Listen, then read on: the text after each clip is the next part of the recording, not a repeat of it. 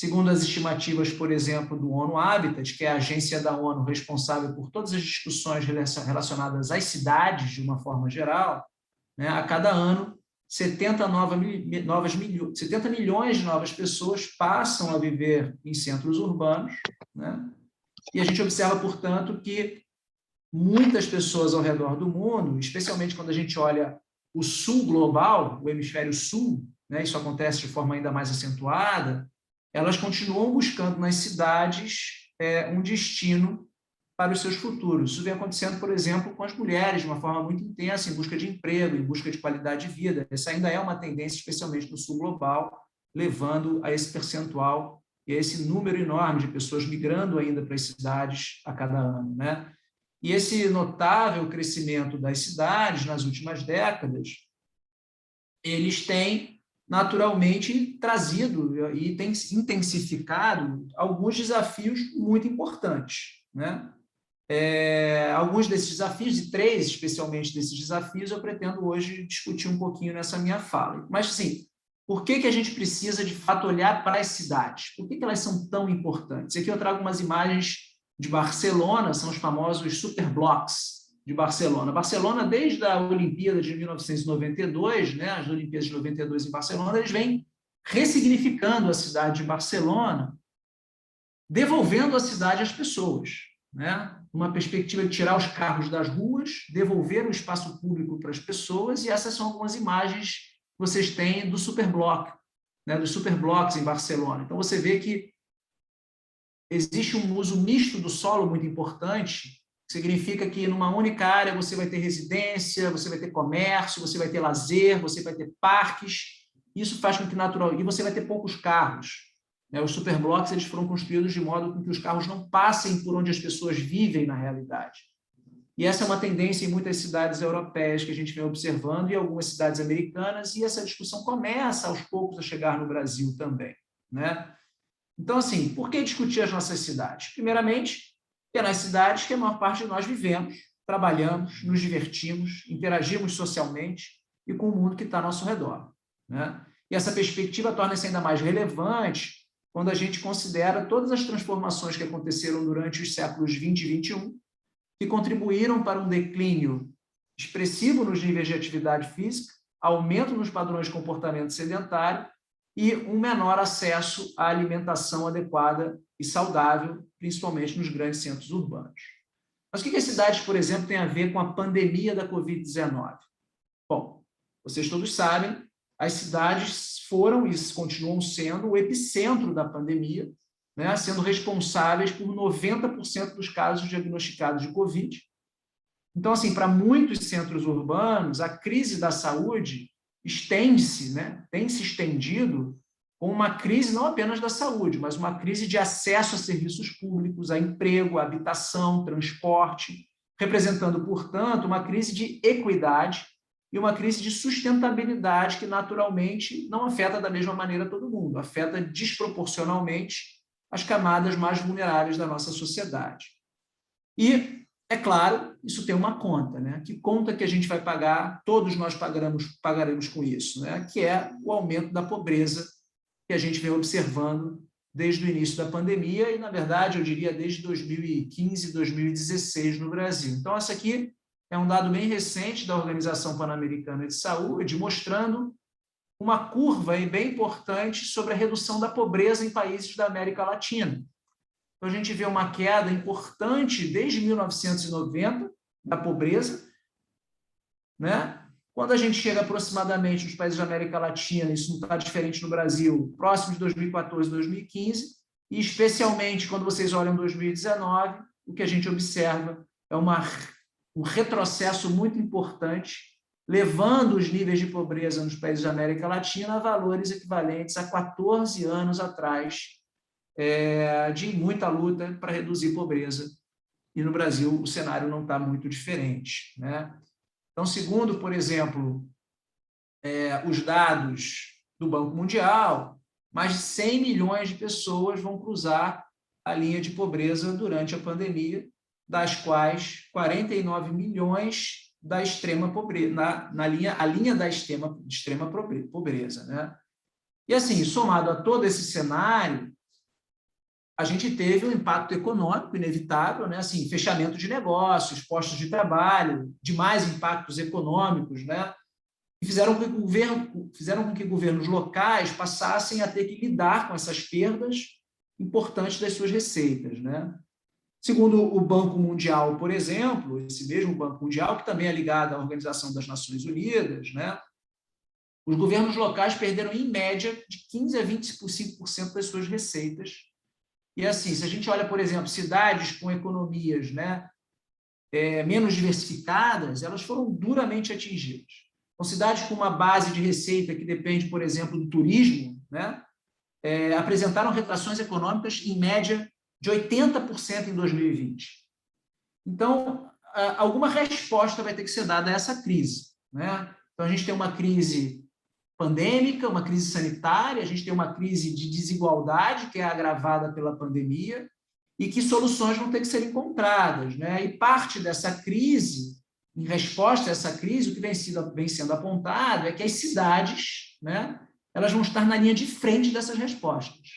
Os investimentos ao nível local vão ser fundamentais. Então, a gente sabe que os líderes políticos locais, ao nível principalmente municipal, deverão potencializar o uso dos recursos através de políticas que sejam obrigatoriamente inovadoras, eficazes e que, obviamente, terão que apontar em busca de cidades mais inclusivas, resilientes e especialmente sustentáveis. Então, não há mais como falar de desenvolvimento sem que seja sustentável. E é nesse ponto que entra um último elemento, e talvez o elemento mais importante que eu quero trazer nessa minha fala introdutória aqui, que é a crise climática, né? A crise climática é muito importante. As cidades, elas têm um potencial muito importante também de lidar com as questões das crises climáticas. A gente entende hoje que é na cidade, ou são nas cidades, que se fará o grande enfrentamento da questão climática por uma série de razões. E as ações que serão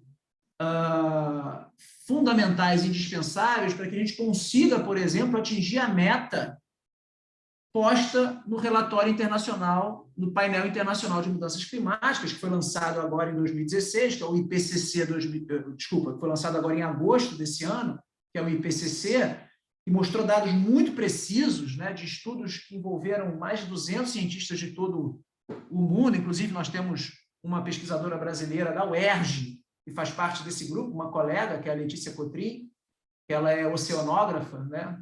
Ela que trabalhou todo o capítulo da parte dos oceanos, desse último relatório do IPCC, tenho trocado muito com ela, uma pessoa muito querida.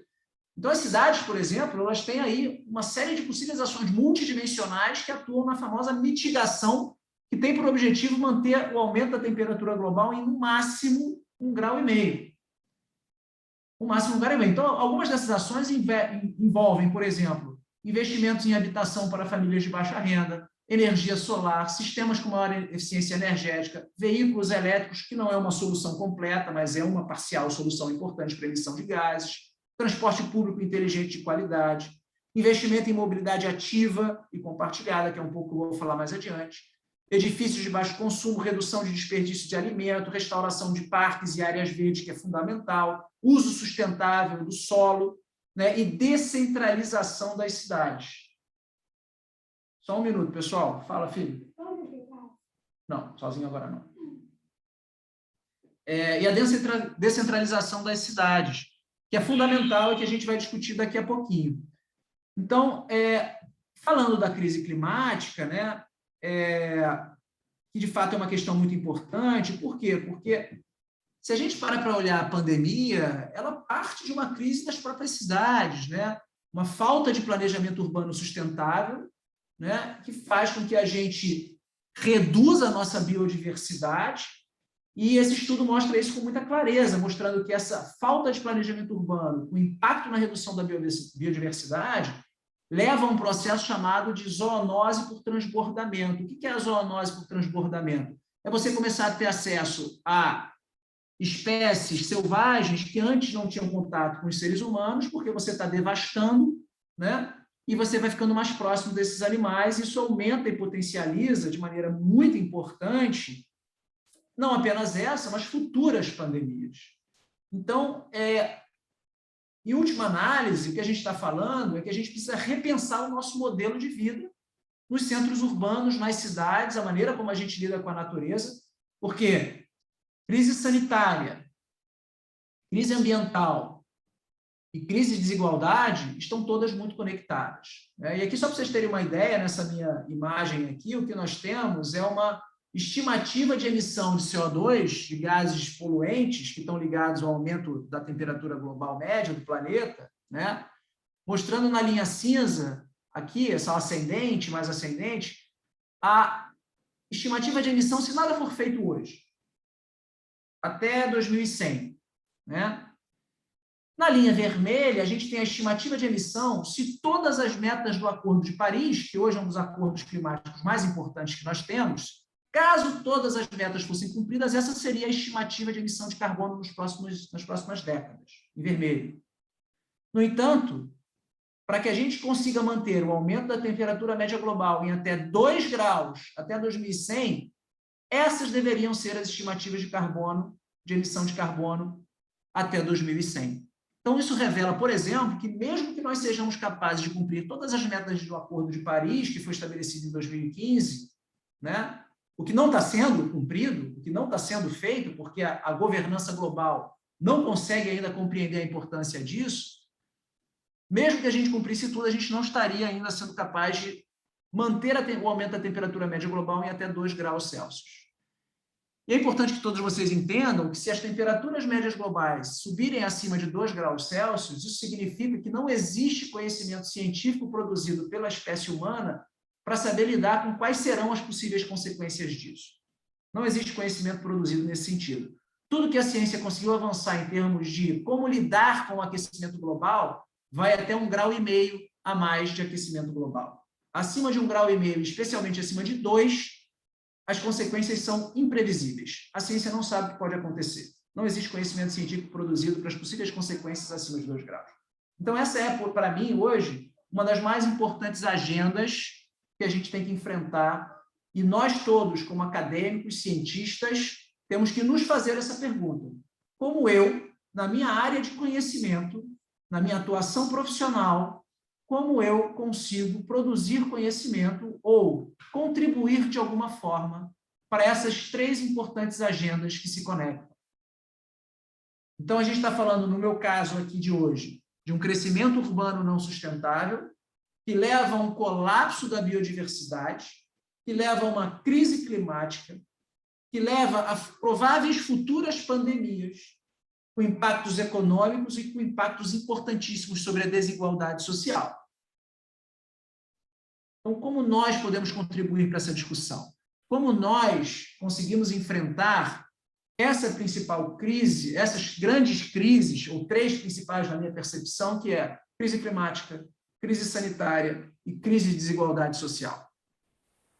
Foi toda essa discussão toda essa discussão que vem me movendo.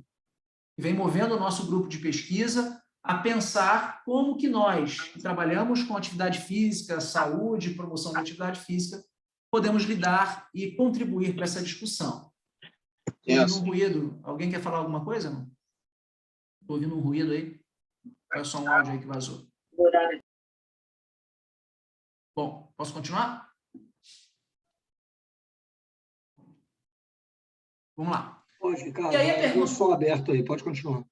Tá bom. E aí vem a pergunta que eu me faço é essa, assim, a gente está vivendo uma crise ou uma grande oportunidade, né? Será que existem oportunidades que a gente pode observar ou tirar em função de todo esse cenário que está bastante diverso no momento que a gente está vivendo? Que oportunidades são essas? E uma das oportunidades que eu vejo é a que eu venho discutir a partir desse momento com vocês, que é toda a questão das cidades e da mobilidade urbana. Eu trago uma sequência rápida de slides aqui para vocês verem. Deixa eu só tirar aqui, tem uma tela que agora começou a me atrapalhar aqui. Peraí. Pronto, agora vai ficar melhor para mim. Eu não estou conseguindo ver meu próprio slide. Ok. Então, a gente, por exemplo, olha lá, ciclovias temporárias são resposta sustentável de cidades no Brasil e da América Latina à Covid-19, julho de 2020. Com o urbanismo tático, cidades enfrentam a Covid-19 priorizando pedestres e ciclistas, um movimento que já vinha acontecendo na Europa há um certo tempo. Viagem ao futuro, né? Como que a mobilidade urbana pode lidar com a questão desses grandes desafios que a gente está enfrentando, que eu acabei de citar aqui para vocês, a ascensão da mobilidade ativa. Aqui nós temos uma imagem de Nova York mostrando que houve um boom desde a pandemia no uso de sistemas de bicicletas compartilhadas em Nova York, por exemplo. Isso está muito parecido no Brasil, isso vem acontecendo no Brasil também. O número, por exemplo, de vendas de bicicleta cresceu 68% em 2020, no ápice da pandemia, quando comparado aos anos anteriores, por exemplo. Os sistemas de bicicleta compartilhados também estão crescendo.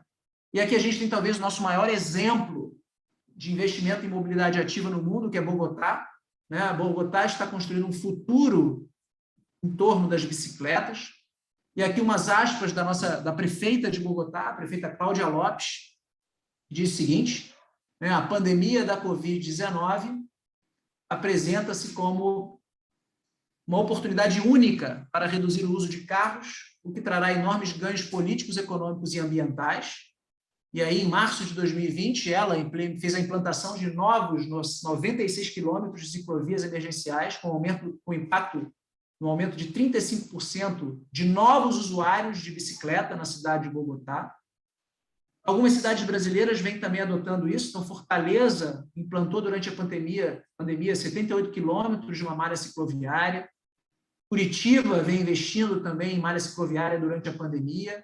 BH implantou 30 quilômetros de ciclofaixas temporárias que estão se tornando permanentes, que está conectando uma série de bairros de BH, por exemplo. Então, o que a gente está discutindo aqui é uma perspectiva de mobilidade urbana ativa, que seja sustentável e que também gere impacto na saúde. E por que é importante discutir essa agenda na minha perspectiva?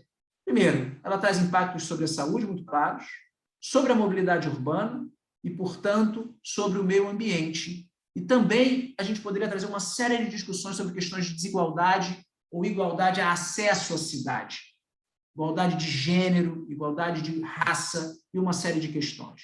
E outra perspectiva que eu queria trazer para vocês é essa. Por que essa agenda é importante da mobilidade? Quando a gente olha os dois principais programas ou políticas públicas brasileiras para a promoção da atividade física no nosso país, a gente tem uma Academia da Saúde, que é considerado um programa de sucesso, muito embora tenha as suas limitações, as suas questões importantes de capacitação profissional, manutenção da infraestrutura, expansão do seu sistema. Ele hoje existe praticamente 1.580 polos em 1.300 municípios. Quando a gente olha as ações dentro da Academia da Saúde, muito embora existam críticas, a gente teve, por exemplo, em 2019, 260 mil ações registradas, 80% das ações nos polos são voltadas à promoção da atividade física, mais atividade física no tempo livre de lazer. E nós temos o Saúde na Escola, que é um outro programa brasileiro, intersetorial, que fala junto ao Ministério da Saúde e Ministério da Educação, em que ele está em 95%, muito embora ele esteja em 95% dos municípios brasileiros, atendendo a 33% dos estudantes da rede pública, a promoção de atividade física não é prioritária dentro de saúde na escola. Outras ações são prioritárias, como higiene bucal, vacinação, a questão própria de combater a Aedes aegypti, etc. e tal. Então, quando a gente olha os dois principais programas ou políticas públicas brasileiras de promoção da atividade física, não se fala, por exemplo, quase nada. Nós não temos um programa de uma política pública que fale, por exemplo, de atividade física no deslocamento diário, muito embora esse domínio seja reconhecido como um importante domínio de promoção da atividade física. E quando a gente analisa um cenário em que a gente está observando, como eu mencionei anteriormente, o aumento da pobreza e um grande aumento da desigualdade social e estrutural do nosso país, fica difícil imaginar que a gente vai conseguir fazer com que pessoas daqui para frente, nos próximos anos, consigam aumentar seus níveis de atividade física no tempo livre de lazer. Não tem lazer. Não há lazer para essas pessoas. Elas precisam ganhar dinheiro para conseguir comer.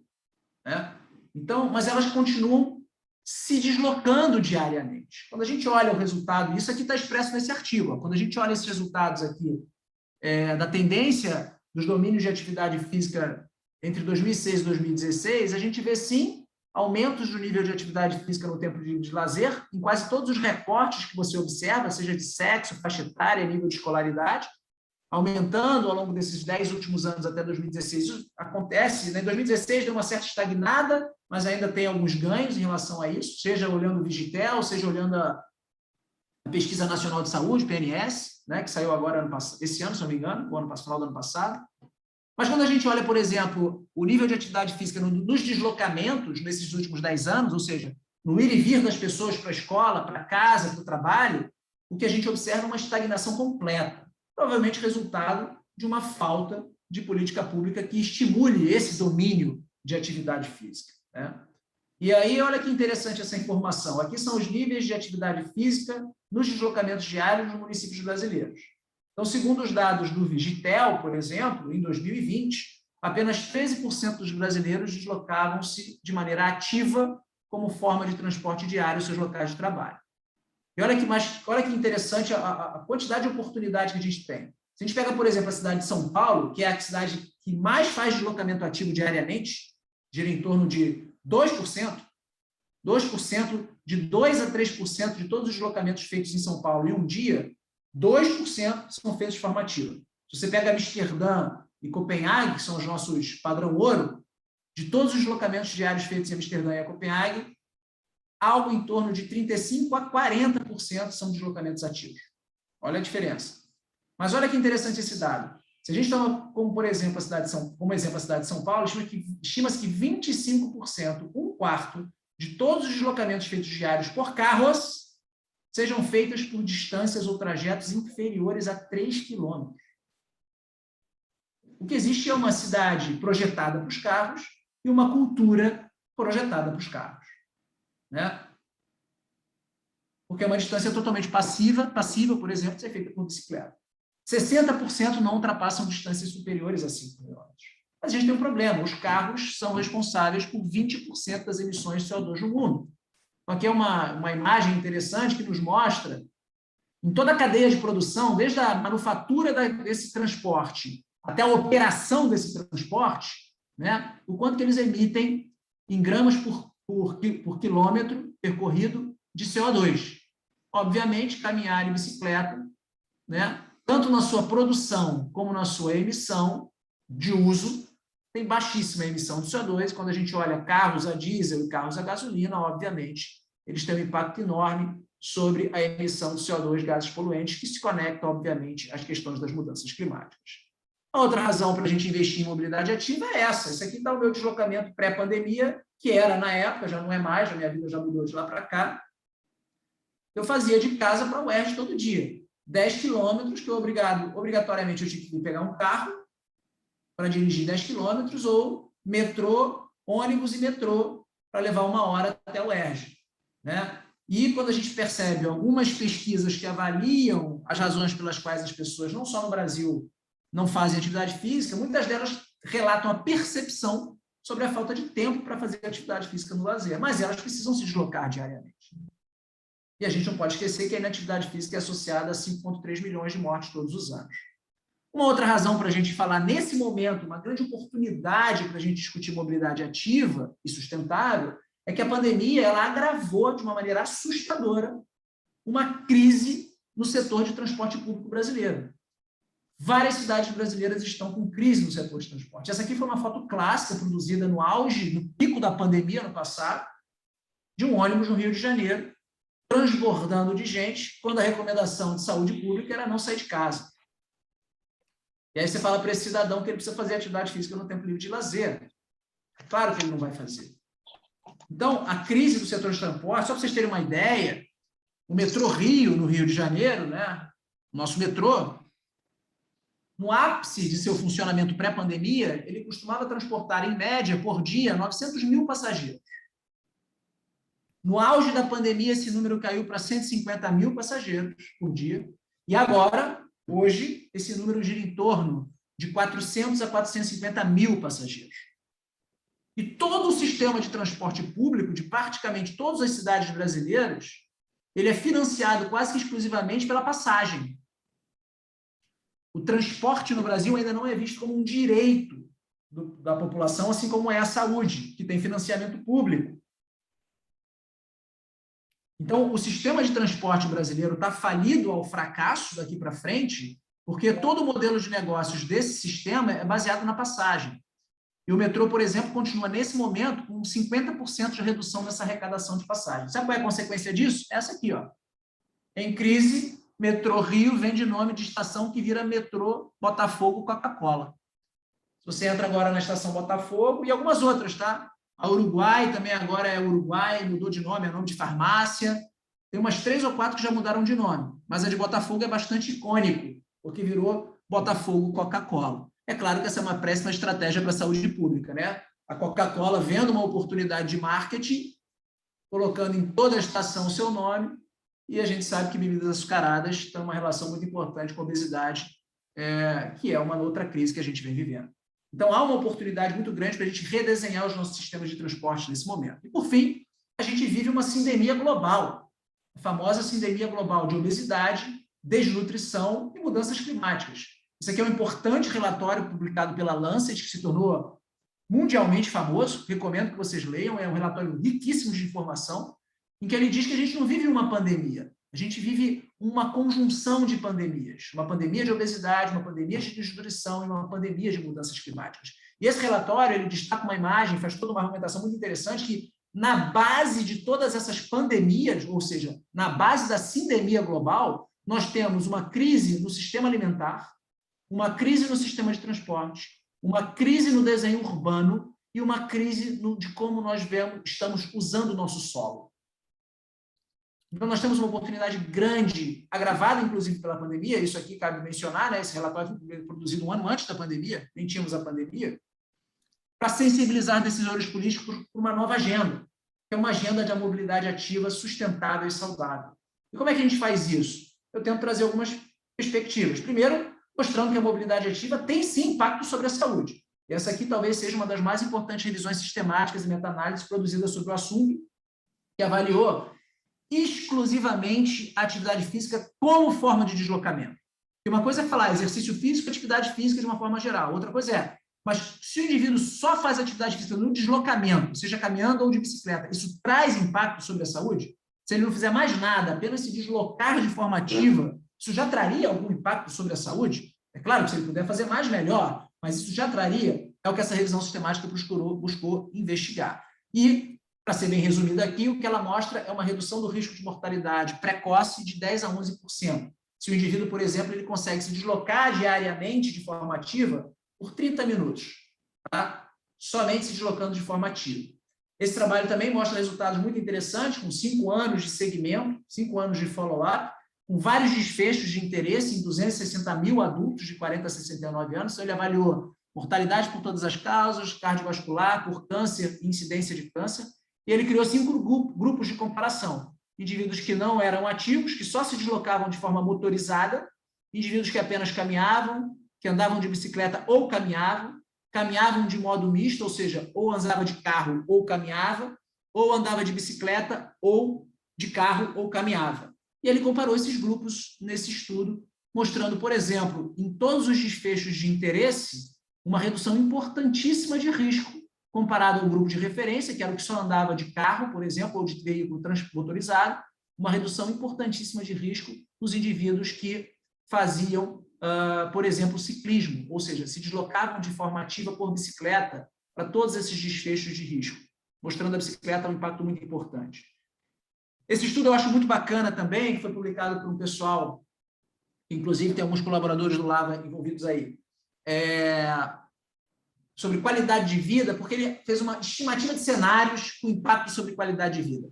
O que ele fez? Por exemplo, aqui, destacado nesse box que eu botei, ele fez uma análise seguinte: qual seria o impacto sobre a qualidade de vida na Nova Zelândia, na população da Nova Zelândia, se a cada 4 viagens feitas a até 5 quilômetros de distância, a cada 4 feitas até 5, se uma dessas 4 passasse a ser feita de forma ativa, caminhando ou pedalando, ou seja, se ele convertesse 25% das viagens que são feitas de carro para até 5 quilômetros, ou de veículo motorizado, para forma ativa. O que ele mostra é que, se isso acontecesse, se ele convertesse 25%, o impacto sobre a qualidade de vida seria similar a uma das mais importantes políticas públicas de saúde em todo o mundo, que é a tributação anual em 10% do tabaco, que é considerada uma das mais importantes políticas públicas tributárias de saúde, que é uma tributação anual do valor do maço do cigarro em 10% ao ano. Quando a gente olha, por exemplo, toda a política pública que envolve a discussão do tabaco no mundo, e no Brasil, o Brasil é um líder em políticas públicas do tabaco, nós encontramos uma rede altamente estruturada de ativismo, de organizações, de cientistas, de academia, que fazem com que as políticas que regulam a venda de cigarros avancem nos últimos anos. Nos últimos 15 anos, o Brasil reduziu em 30% o consumo de tabaco, enfrentando uma indústria muito poderosa, que é a indústria do tabaco. Não temos mais propaganda na televisão, né? Uma série de políticas que envolvem isso daí, políticas públicas. E se a gente conseguisse converter uma a cada 4 viagens a cada 5 quilômetros, os impactos sobre a saúde e qualidade de vida, segundo esses autores, seria muito similar. E esse daqui foi um trabalho que nós fizemos em parceria com a Tembici.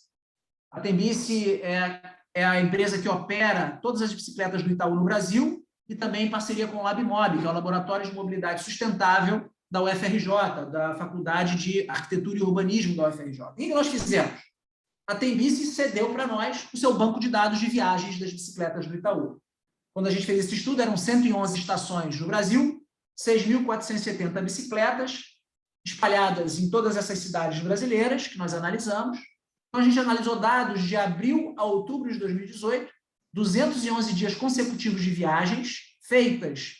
Quantas viagens feitas? 3.600.000 viagens feitas por 319 mil ciclistas, dos quais, por exemplo, 11% só usando o sistema já conseguia atingir a recomendação da OMS de nível de atividade física, e a gente fez uma análise de impacto econômico sobre a saúde do sistema. Quanto que o sistema de bicicletas compartilhadas do Itaú gera de impacto econômico sobre a saúde. E esse foi o número que a gente chegou, usando um modelo de estimativa proposto pela própria Organização Mundial da Saúde, chamado HEATS, Health Economic Assessment Impact, né?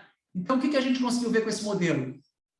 Em 10 anos, 2.528 mortes seriam evitadas, mortes prematuras, pelo nível de atividade física que essas pessoas alcançariam, e a gente leva uma série de variáveis em consideração, inclusive o quanto que ele deixa de fazer outras atividades por usar o sistema, a sazonalidade ao longo dos meses, leva em consideração o produto interno bruto brasileiro para estimar isso, uma série de cálculos. Mortalidade bruta brasileira, e o impacto econômico em 10 anos de 9 bilhões de reais.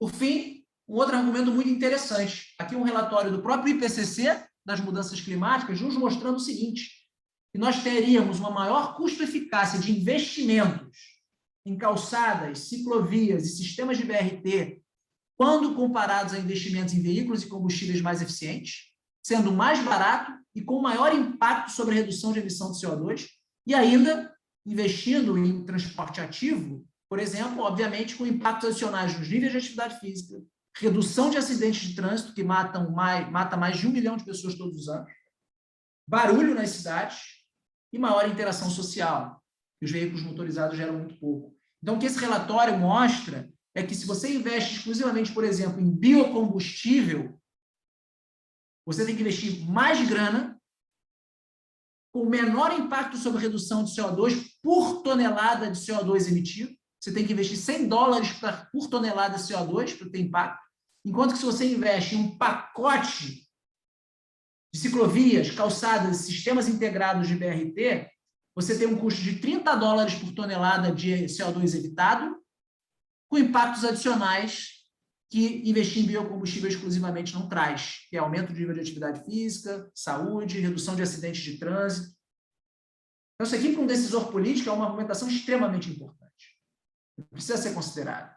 E, por fim, a gente sabe, aqui um relatório da OMS, que a mobilidade ativa pode também criar empregos sustentáveis. Ele traz uma estimativa muito interessante que 500 mil novos postos de trabalho sustentáveis em 56 cidades europeias poderiam ser criados caso essas cidades, por exemplo, conseguissem investir em ciclovias e calçadas e reestruturação das cidades, de modo a atingir os padrões de deslocamento ativo, por exemplo, equivalentes a Copenhague. Isso valorizaria cicloturismo em cidades vizinhas, com impactos importantes também econômicos. E aqui um slide para mostrar que uma série de evidências mostrando, por exemplo, a caminhabilidade está fortemente associada aos valores do mercado imobiliário, em todas as regiões metropolitanas de Nova York, por exemplo, cidades americanas. Na Alemanha e no Reino Unido, o varejo das áreas que têm mais pedestres, onde as pessoas andam mais pelas ruas, tiveram um aumento no volume de 60% nas vendas quando você compara as cidades que são menos pedestrianizadas, que a gente fala. Quando você olha, por exemplo, a construção de ciclovias na 8ª e 9ª Avenida de Manhattan, elas aumentaram as vendas de negócios em quase 50%, comparado a vendas de 3% nas regiões do entorno que não tiveram ciclovias instaladas ao redor. Então, a gente tem importantes impactos. Esse argumento ele é muito importante. Sabe por quê? Porque existe uma resistência natural do comércio local. Se você fala para o comerciante local, vamos tirar essa fila de carros, de estacionamento de carros da tua rua para instalar uma ciclovia, a resistência é enorme. Porque, peraí, mas como que o cara vai parar para comprar na minha loja o carro dele? E o que os dados da ciência mostram é o contrário. Se você aumenta a infraestrutura cicloviária, amplia a calçada, você aumenta a percentual de vendas dos negócios locais. É uma cultura que a gente tem que quebrar. Bogotá conseguiu fazer isso. Bogotá, lá no final da década de 90, proibiu o estacionamento de carros nas ruas. Sabe qual foi o argumento? Muito simples. Do prefeito na época, que era um urbanista, o prefeito falou o seguinte, gente, a rua é pública. A rua é um espaço público. Se você quer parar um bem privado num espaço público, não dá. Se você quer estacionar o seu carro, que é um bem privado, busque um estacionamento privado, mas não um espaço público que é de todos. E aí foi proibido o estacionamento de carros nas ruas, e isso permitiu ampliamento de calçadas, aumento da infraestrutura cicloviária, que saiu na época de 0 para 400 quilômetros de ciclovias, conectando todo o BRT em Bogotá, e a consequência disso foi redução de internação e hospitalização em Bogotá, redução de violência. Por que será que reduz violência? Porque as pessoas voltam a ocupar as ruas se tornam naturalmente mais seguras. Então, os impactos são diversos, impacto econômico, impacto sobre violência, impacto sobre saúde, impacto sobre sustentabilidade, e é por isso que a gente vem defendendo muito essa agenda nos últimos anos. E, é claro, quando a gente olha os nossos futuros eleitores, pensando numa perspectiva de sensibilizar decisor político, os futuros eleitores estão atentos a essa agenda. Cada vez mais os jovens se perguntam sobre isso. Essa agenda ela vai ganhar força, ela é inevitável, até mesmo porque as mudanças climáticas estão cada vez mais sendo sentidas por todos nós. E os gestores públicos locais, vereadores, prefeitos locais, vão ser cada vez mais pressionados para adotar políticas voltadas a essa agenda. Então, o que eu estou querendo dizer aqui para vocês, eu termino a minha fala deixando aqui os contatos lá do grupo, o que eu estou querendo dizer aqui para vocês é que, primeira coisa, essa é uma agenda inevitável. A gente precisa discutir essa agenda de qualquer maneira. Deixa eu voltar a tela aqui para começar a olhar vocês de novo, só um segundo. Não estou vendo ninguém agora. Opa. Essa é uma agenda inevitável que ela vai ter que ser discutida, queiramos ou não. E a razão é muito simples, as mudanças climáticas estão sendo sentidas. Gente, pelo amor de Deus, a gente está em novembro, não para de fazer frio, não para de chover. Vocês acham que isso é o quê? Eventos climáticos completamente atípicos na Europa agora, Alemanha, Bélgica, invadidas por chuvas completamente fora dos padrões. Os nossos solos vão ficar menos férteis. Já há uma perspectiva de que um percentual importante do solo brasileiro, se a gente subir acima de 2 graus, parte importantíssima do solo brasileiro não vai mais ser possível de plantar soja, milho, arroz. Isso representa fome. Já estamos vivendo insegurança alimentar altíssima nesse momento. Nós já temos aí 20 e tantos milhões de brasileiros com insegurança alimentar nesse momento no país.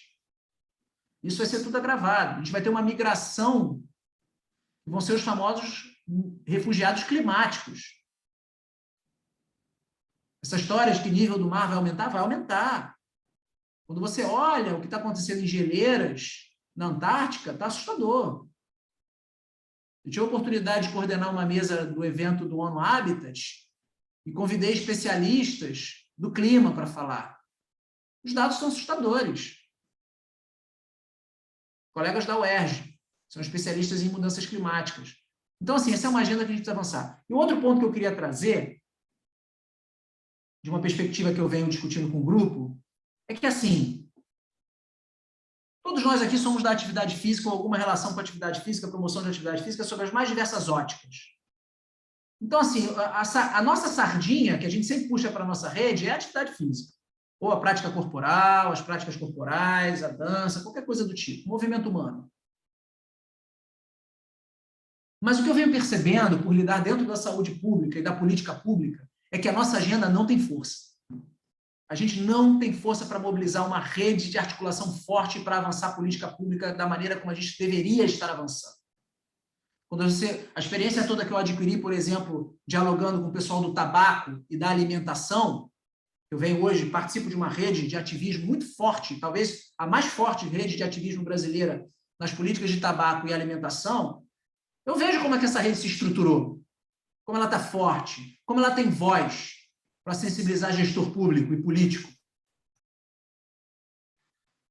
A nossa não conseguiu ter essa força.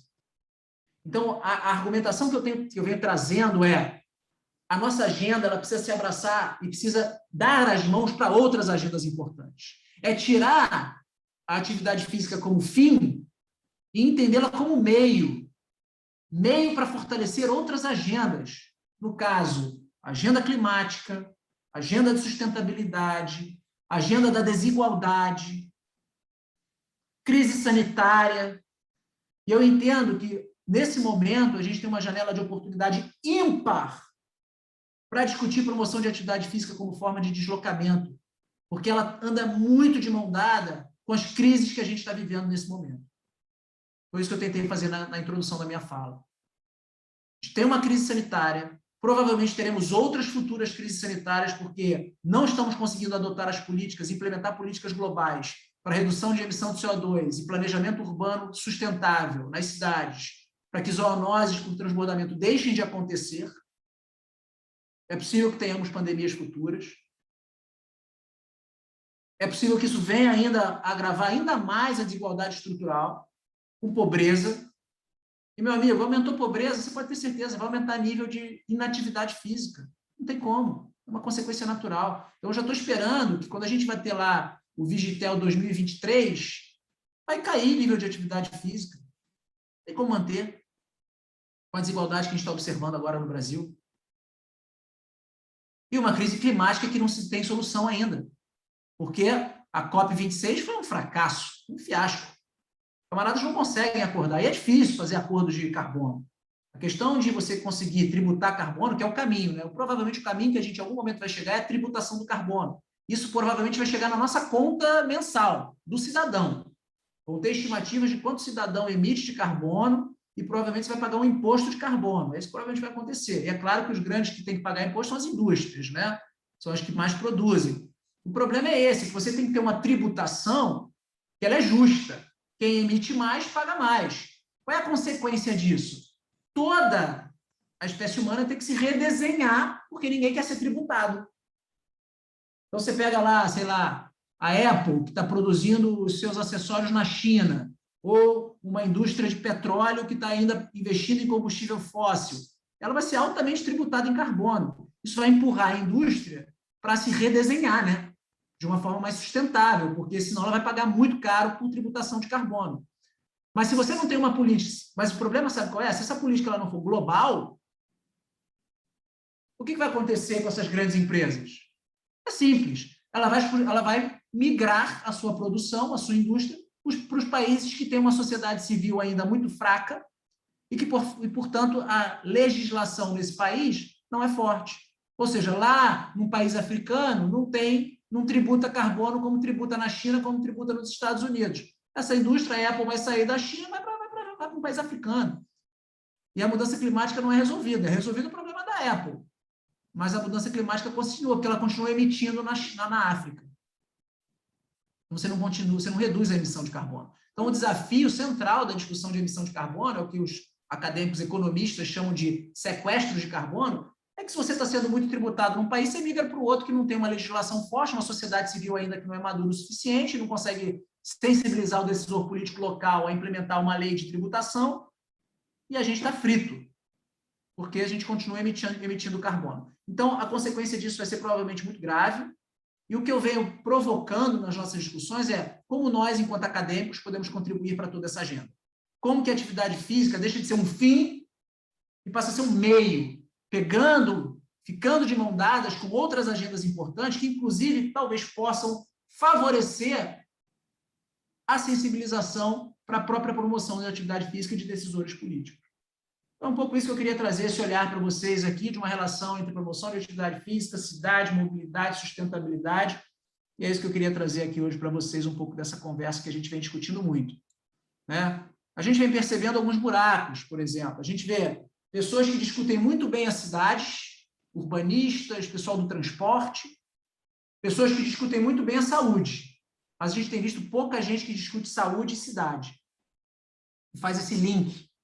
E é esse link que a gente vem preenchendo, criando o que a gente chama de agendas convergentes, né? A OPAS vem começando a fazer esse trabalho. Agenda convergente, mobilidade, cidade, saúde, e que espaços existem aí para a produção de conhecimento científico que possa se transformar em conteúdo para o ativismo, né? A parceria academia e advocacy, academia e terceiro setor é fundamental para avançar a política pública. É importante que vocês entendam que os nossos políticos, primeiro, acabar um pouco com aquela visão de que política é tudo igual. Isso não existe. Essa visão ela foi culturalmente criada para que a gente se afaste da política. Ah, a política é tudo igual, tudo corrupto mesmo, é tudo a mesma coisa, entra um, sai outro. Isso não existe. Isso é uma ilusão que foi nos trazida para que a gente não se envolva.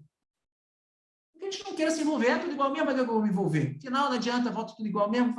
Isso é uma ilusão. Não é assim que a política pública funciona na prática, dentro da casa, dentro do Congresso. Dentro do Congresso, você tem que saber jogar o jogo. Mapear cada um dos políticos, mapear especialmente os conflitos de interesse. Os nossos políticos todos têm algum conflito de interesse, uns maiores e uns menores. Vou dar um exemplo prático que eu acho muito interessante. Existe uma senadora brasileira, que eu não vou citar nomes para não ficar sendo antiético, mas todo o trabalho que a gente vem fazendo junto com algumas organizações, especialmente a ACT, que é uma organização super parceira nossa, do laboratório, a gente sabe o seguinte, essa senadora há anos recebe grana para os seus projetos pessoais e de campanha da indústria do cigarro. Ou seja, ela tem um conflito total de interesse com a indústria do tabaco. Mas, quando você escuta qualquer discurso público dessa senadora, ela é uma das maiores defensoras do tratamento, cura e prevenção do câncer. Então, ela se posiciona publicamente como uma defensora do câncer, tratamento, prevenção do câncer, mas quando a gente vai votar no Senado qualquer projeto de lei que regule a indústria do tabaco, que é uma das grandes causadoras de câncer, de pulmão especialmente, ela vota contra em todas. Então, essa é uma senadora que você sabe que se você quer avançar qualquer política pública de regulação da indústria do tabaco, você não pode contar com ela. Mas ela, por exemplo, não tem nenhum conflito de interesse com a indústria do açúcar, das bebidas açucaradas, Coca-Cola, por exemplo. Então, se você quer avançar a política pública em relação à tributação do açúcar ou das bebidas açucaradas, que é hoje o que está avançando muito forte no Brasil, essa discussão, tributação de bebidas açucaradas, que tem claros dados mostrando a relação disso com obesidade e doença crônica, ela é uma senadora que você pode contar. Você talvez tenha o voto dela. Então, é assim, esse é o xadrez da política. E eu acho que nesse xadrez, nós, da promoção da atividade física e da atividade física, estamos indo muito mal. Nós não temos uma rede de ativismo estruturada que conheça esse xadrez de perto para a gente conseguir avançar com muita força políticas de promoção de atividade física. A nossa agenda não é muito forte, muito embora seja muito importante. Então, o que a gente vem fazendo é tentando dar a mão a outras agendas que são reconhecidas. E como que a nossa agenda se conecta com essas agendas para que a gente ganhe força nessa articulação de rede.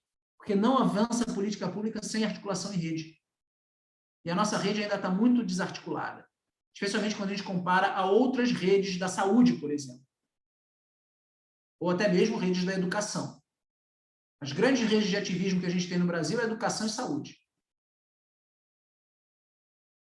A nossa precisa se conectar a alguma delas de uma forma muito clara e criar a sua própria rede. uma das minhas propostas é que a mobilidade ativa seja um caminho para a estruturação de uma dessas redes.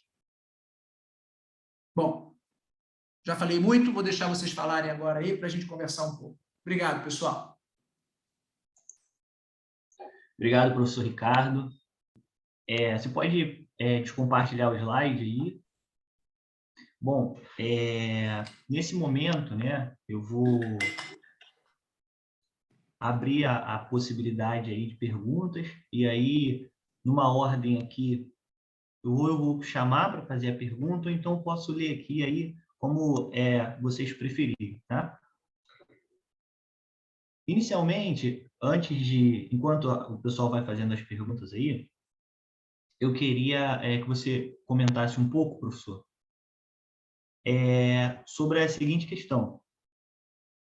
Ao longo do tempo, né, ao longo dos anos, a gente vem observando uma desintegração e um movimento de afastamento do homem em relação à natureza. E como que as agendas e as conferências, elas são importantes na construção de documentos norteadores para desencadear políticas públicas para a promoção dessa reintegração entre o homem e a natureza, numa perspectiva de saúde, numa perspectiva de atividade física. Essa pergunta é para mim ou é para todo mundo discutir? Eu fiquei na dúvida. Não, seria essa primeira seria para você. Ah, tá bom. Bom, vou trazer minhas perspectivas e o que eu venho ultimamente observando, né? Claro. Primeiro que, sim, é claro que o homem vem se desconectando da natureza. Existe um autor que eu gosto muito, que é o Daniel Lieberman. Daniel Lieberman é um biólogo evolucionista de Harvard. E ele publicou um livro muito interessante há um tempo atrás, que eu tenho, inclusive eu tenho 2 cópias desse livro, que chama-se The Story of Human Body, a história do corpo humano.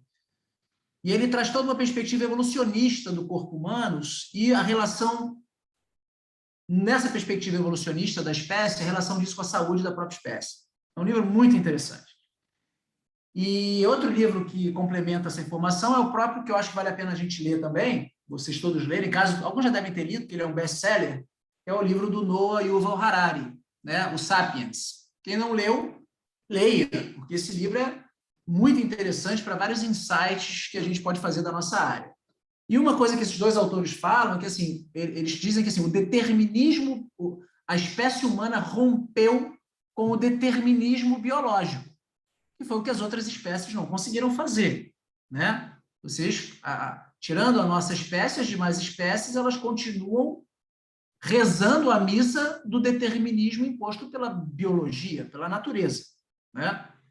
Nós rompemos isso, e sabe quando nós rompemos? Nós rompemos isso há aproximadamente 10 mil anos atrás. Que há 10 mil anos atrás foi o momento em que a gente começou o processo, não é verdade, mas começou o processo de domínio da agricultura, né?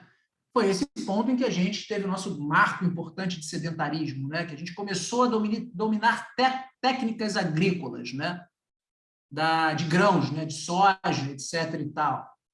Na realidade, quem nos dominou foi a soja. Não fomos nós que dominamos a soja é que dominou a gente, porque é ela que se tornou a espécie mais abundante no planeta quando a gente começou a cultivar soja, né? Na medida em que a gente ia transportando soja, a soja ia caindo pelo caminho, pelo solo, e ela foi se adaptando a vários terrenos diferentes, e a espécie mais abundante do planeta naquele momento foi a soja. Então, ela que foi mais bem sucedida do que nós, na realidade. Nós começamos a ter problemas a partir dali, quando a gente começou a parar de se movimentar e começou a aumentar num nível maior a nossa população quando você teve o assentamento humano. A consequência disso é o que o Daniel Lieberman chama atualmente de mismatch condition. Ou seja, a gente vive uma condição que não foi aquela desenhada ou planejada na nossa especificação de fábrica, né? Então, a nossa especificação de fábrica tem o movimento humano como uma condição sine qua non para a preservação da própria espécie, né? Então, os processos evolutivos, né, que permitiram que a gente saísse de ser quadrúpede, passamos a ser bípedes facultativos, né? Bípedes facultativos, que era aquele chimpanzé ou aquele ancestral que ora andava de 4, ora andava com 2 patas, até se tornar um bípede pleno. Isso aconteceu porque isso foi uma grande vantagem evolutiva. Por quê? Porque a gente se tornou mais econômico, eficientemente, né? A nossa eficiência mecânica melhorou no bipedismo. Isso permitiu com que a gente começasse a se deslocar distâncias maiores com menor gasto de energia. E essa foi uma das grandes estratégias, inclusive nossa, de obtenção de energia e alimento. Porque se a gente dependesse, por exemplo, da alta velocidade para obtenção de alimento, a gente estava frito, porque quando a gente se compara a quase todas as nossas presas, a gente é mais lento do que elas. Quase todos os mamíferos são mais rápidos do que nós, por exemplo, né? Então, a alta velocidade, a alta intensidade de deslocamento nunca foi uma estratégia da espécie para a obtenção de energia. Ao contrário, era usar a nossa eficiência mecânica, bípede, a nossa grande possibilidade de regular a temperatura, somos homeotérmicos que regulamos bem a temperatura, então a gente se deslocava longas distâncias até a nossa presa se cansar, porque a termorregulação dele era pior do que a nossa, e aí a gente finalmente abatia. Então, assim, a sua pergunta é, como que a gente volta a se aproximar dessas coisas, né? Como que a gente volta a fazer isso? Bom, eu acho que a minha fala responde muito a isso. Eu acho que a gente precisa repensar como que a gente vive nas nossas cidades. Tá? Uma das coisas que aconteceu no século XX e XXI, começou a acontecer no século XX e XXI, e já vinha num processo, foi a descentralização das cidades. É o que em inglês se chama de urban sprawl. No português isso virou uma palavra esquisita, se chama espraiamento das cidades, né? O que é o espraiamento das cidades? É você ter um único ou poucos centros comerciais e as pessoas vivendo cada vez mais distantes desses centros comerciais. Então, se você pega o caso do Rio de Janeiro, por exemplo, a cidade do Rio de Janeiro, você tem lá o centro do Rio de Janeiro e todo dia se deslocam para o centro do Rio de Janeiro uma cidade de Manaus. 1 milhão de pessoas se deslocam diariamente das suas regiões periféricas, espraiadas, daí o urban sprawl, né?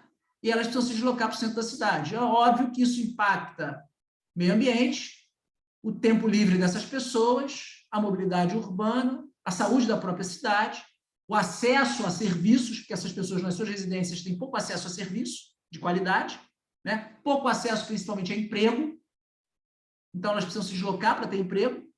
E o que a gente precisa fazer é o que algumas cidades começam a olhar no seu redesenho. Foi o que Barcelona já fez, Paris está fazendo, Copenhague e Amsterdã já fizeram, algumas cidades americanas já estão fazendo, Portland, algumas cidades da Califórnia, Curitiba vem tentando fazer isso há um certo tempo, né? Que é você voltar a centralizar as cidades. É o redesenho das cidades, ou seja, é você não ter apenas um centro urbano, é você ter um uso misto do solo. Então, numa mesma região, no mesmo raio da cidade, você vai ter áreas verdes, você vai ter acesso a serviços como saúde, comércio, padaria, farmácia, emprego, escola, e que isso permite com que o cidadão não precise se deslocar longas distâncias todos os dias para ter acesso aos serviços que precisa para viver.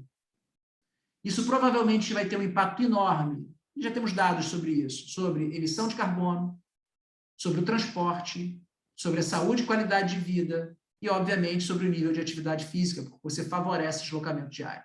Uma outra estratégia que se discute nesse sentido e nessa perspectiva é o que a gente chama de primeira e última milha, ou primeiro e último quilômetro, que é você pensar a infraestrutura da cidade quando esse cara tem que sair porque todo mundo tem que se deslocar de casa até o primeiro ponto de ônibus, ou o metrô, ou o primeiro transporte público. O que tem nesse trecho? Se nesse trecho tem segurança, área verde, parque, ciclovia, calçadas, ele faz isso de forma ativa. E o último trecho também, quando ele larga o transporte público e ele tem que chegar ao destino final dele de trabalho. Se esse último trecho, a infraestrutura também é adequada, esse indivíduo ele vai ter um primeiro trecho ativo, um último trecho ativo mais conectado à natureza.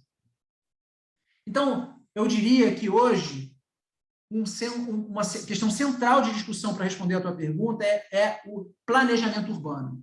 é redesenhar as nossas cidades. Para isso, obviamente, a gente precisa de política pública, né? E, obviamente, para ter política pública, você precisa ter redes de articulação que juntam esses atores. Quais são esses atores? Academia. Qual é o papel da academia, da universidade? E por isso que a universidade pública é tão importante. O papel da academia é indispensável, porque nós é que produzimos o conhecimento necessário local, sem estar importando conhecimento apenas, né? Sem apenas importar conhecimento de fora, a gente produz localmente conhecimento que vai gerar o conteúdo, o insumo necessário para que a política, ou o projeto de lei, ou o projeto de seja pensado localmente. Então, sem academia, não existe política eficaz. Ou seja, política pública baseada em evidência. Então, a academia é um tripé. O primeiro setor, que é o governo, é um tripé inevitável. E nós temos um outro aí no meio importantíssimo, que é o terceiro setor. São as organizações que fazem ativismo. Elas são muito importantes. E é por isso que eu lembro, uma das primeiras falas do nosso presidente Bolsonaro foi: temos que acabar com o ativismo brasileiro. Porque o ativismo incomoda o gestor público. É a balança, o ativismo, o terceiro setor, ele é o equilíbrio entre as relações, os interesses privados com o governo. Então, você vai ter sempre, de um lado, as ações do interesse privado fazendo lobby no governo, financiando deputado, financiando senador, financiando projeto, corrupção, para atender interesses privados desses grupos. E quem faz esse equilíbrio? É o terceiro setor, e cria ações de monitoramento e pressão do gestor público. E nós, enquanto acadêmicos, somos aqueles que temos que produzir o conhecimento necessário para alimentar essa balança do terceiro setor, para falar: olha aqui, ó, um exemplo prático real que aconteceu no Brasil. Quando o Brasil foi implementar em 2011, começou as discussões de implementação da política de proibição de áreas livres de cigarro. Hoje a gente não pode mais fumar. Quem é das antigas aí lembra como é que a gente chegava em casa antigamente depois da boate. Lembra disso, né? O pessoal que tem 40 para cima aí sabe. Você era obrigado a deixar sua camisa na área. Se você deixasse a sua camisa no quarto, no dia seguinte seu quarto só fedia cigarro. Não é verdade? Quem é mais da antiga lembra disso. Então, nós proibimos áreas livres de cigarro. Foi uma briga de uma articulação política incrível. Mas sabe qual foi a indústria do tabaco? Colocou na linha de frente 40 advogados para fazer lobby dentro do Congresso para não avançar a lei, para não permitir votação, para criar a lei, que começou em São Paulo. O primeiro município que aprovou a lei foi em São Paulo. Aí foi efeito cascata até virar uma lei nacional. 2011. O PL virar lei nacional. Sabe qual foi o grande argumento que sensibilizou os decisores políticos para não ceder ao lobby da indústria? O fumante passivo. Os garçons dos restaurantes. Era um cara que, durante o exercício da sua profissão, sofria os efeitos deletérios sobre a saúde, que a ciência começou a demonstrar por ser tabagista passivo, mostrando que o tabagista passivo tinha impacto sobre a saúde. E o cara não tinha o direito de exercer a profissão dele sem sofrer essa consequência. E a ciência mostrou esse dado, mostrando que o fumante passivo tinha efeito deletério sobre a saúde. Isso foi a argumentação necessária para o ativismo construir toda a argumentação teórica para avançar e sensibilizar o decisor político no Congresso, especialmente em São Paulo, no primeiro momento, para a aprovação da lei que hoje nós temos aí, e que teve um impacto enorme sobre a saúde brasileira, reduzindo em até 30% o consumo de cigarro no Brasil. Então, esse é o caminho, na minha percepção, sabe? A gente precisa criar uma rede de articulação para a nossa área que envolva primeiro, segundo e terceiro setor. E o setor privado também tem sua importância. Mas ele sozinho não dá conta. É ilusório todo esse discurso neoliberal, especialmente neoliberal de extrema direita, de dizer que o setor privado ele se autorregula. O setor privado não se autorregula. O setor privado só se autorregula para os próprios interesses econômicos. Isso é tão claro, tão evidente. Thomas Piketty mostrou isso no livro Capital do Século XXI. que é um outro livro incrível, quem quer entender de macroeconomia, é o Capital do Thomas Piketty, século XXI, está aqui no meu armário, e que mostra claramente que o setor privado não se autorregula, que é o discurso neoliberal, reduzir a participação do Estado nas decisões econômicas e políticas do Brasil, com a prerrogativa de que o setor privado se autorregula. Se o setor privado se autorregulasse e isso trouxesse impacto positivo sobre a saúde e a economia e questões sociais brasileiras e do mundo, a gente não tinha tido escravidão. A escravidão é o maior exemplo de que o setor privado não se autorregula. Escravidão só existiu porque tinha um mercado de escravos altamente lucrativo que gerava uma renda, um lucro anual que batia até 10% ao ano de lucro nos mercados europeus. Se o setor privado se autorregulasse, não existia escravidão, meus amigos. Então, a gente precisa de um contraponto nessa balança. E o contraponto somos nós da academia produzindo conhecimento científico para fortalecer e dar subsídio para uma rede de ativismo que avança as agendas que são dos nossos interesses. Esse é o caminho. E, para mim, o centro de toda essa questão, para nos reconectar à natureza, é planejamento urbano sustentável. Não tem outro caminho. Obrigado, professor. Nós temos uma pergunta aqui da professora Gabriela Souza. Gabriela, fica à vontade. Obrigada, bom dia, pessoal. Obrigada, professor Ricardo. Obrigada e parabéns, né? Parabéns pelo ativismo.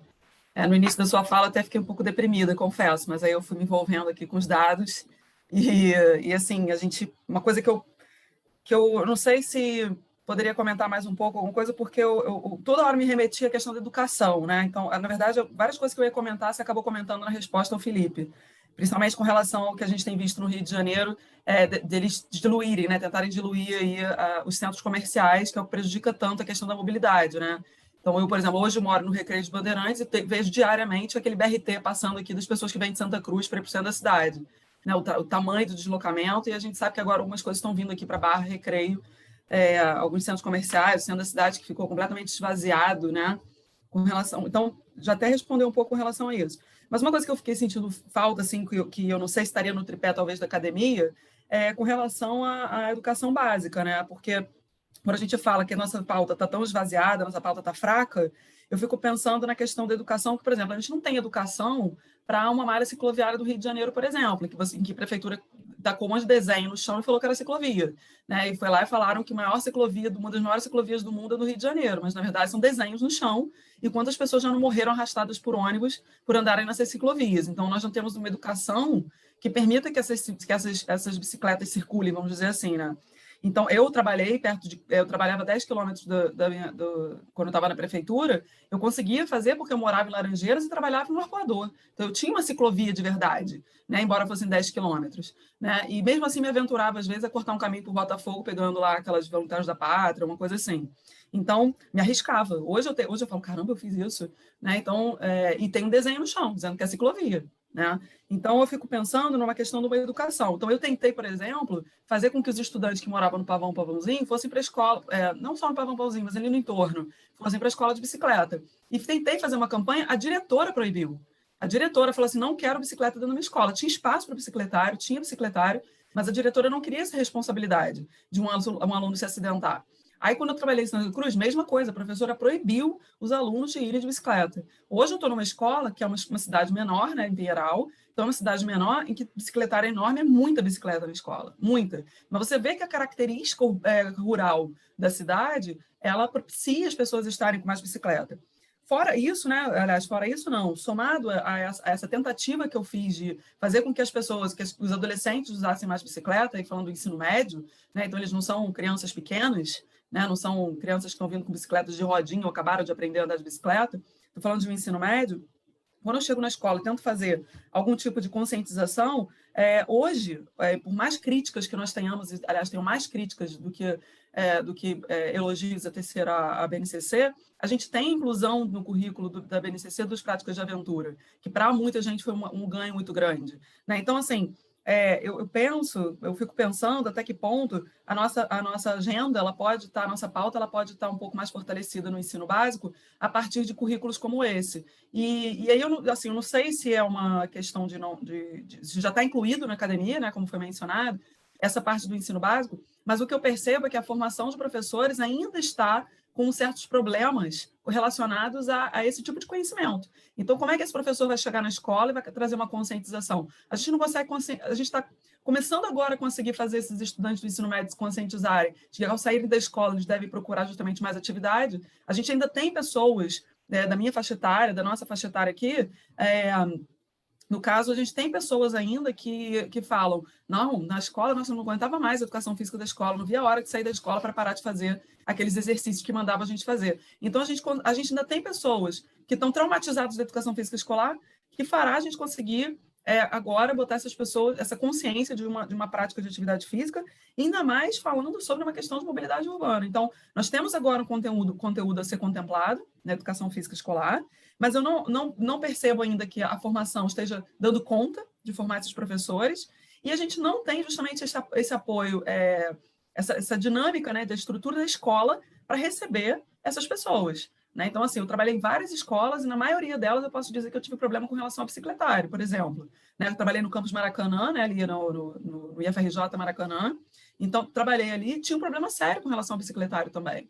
Né? Então, era roubo de bicicleta, eram várias coisas aí envolvidas que vão para muito além das pessoas quererem andar de bicicleta ou a gente ter uma malha cicloviária. Né? Então, eu queria saber, né, assim, se pudesse comentar, eu não sei também, que eu estou vendo que tem algumas perguntas que também estão indo um pouco nesse sentido, aqui nos comentários do chat, mas comentar assim, como que, para além da política pública, que a gente sabe que é muito importante, né, mas como que esse ativismo está pensando isso chegar no chão da escola, ali na hora da aula de educação física, a gente falar sobre essas questões. Hoje a gente tem, por exemplo, a corrida de aventura, a corrida de orientação, né, que é o esporte que eu mais pratico na escola. A gente fala de uma conscientização de sustentabilidade. Ontem mesmo a gente estava falando sobre isso.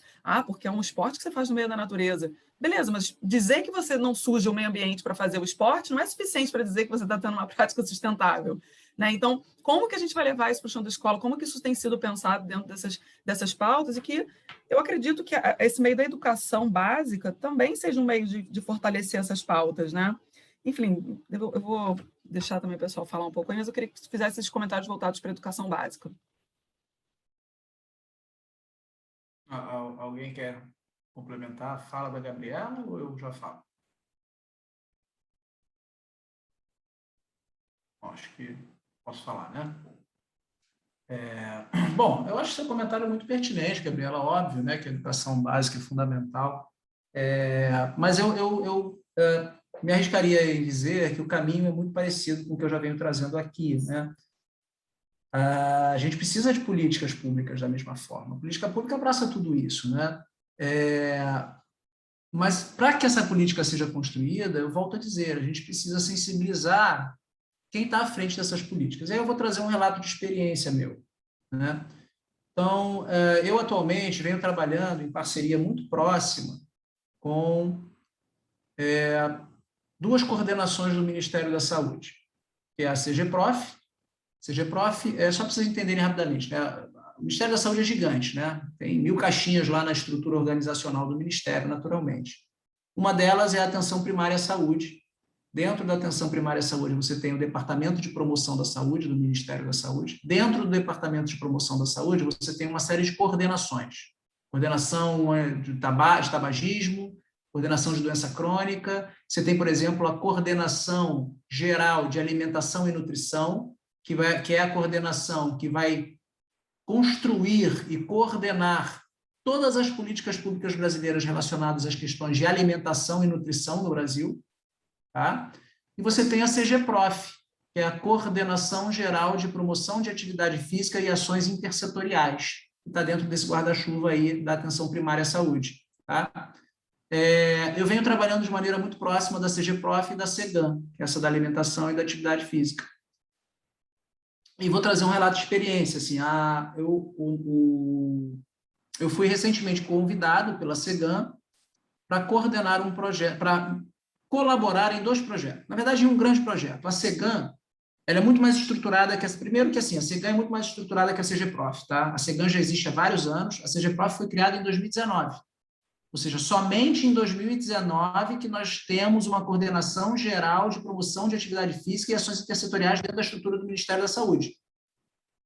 Antes eram outras coordenações que tentavam fazer coisas da atividade física no Brasil, políticas públicas, mas a CGProf, uma especificamente dedicada à questão de promoção de atividade física, só foi criada em 2019. A CEGAN já existe há 20 anos, por exemplo, de alimentação e nutrição. Então, aí você já entende o como a gente tem que crescer e avançar. Quando você vê que dentro da estrutura do Ministério da Saúde, na perspectiva da saúde pública, a gente só tem uma coordenação dedicada exclusivamente à promoção de atividade física, criada em 2019, você já vê que a gente tem muita coisa para avançar. Primeiro ponto. Né? A CEGAN, ela lançou esse ano uma nova política pública brasileira de enfrentamento da obesidade infantil. É um programa chamado Proteja.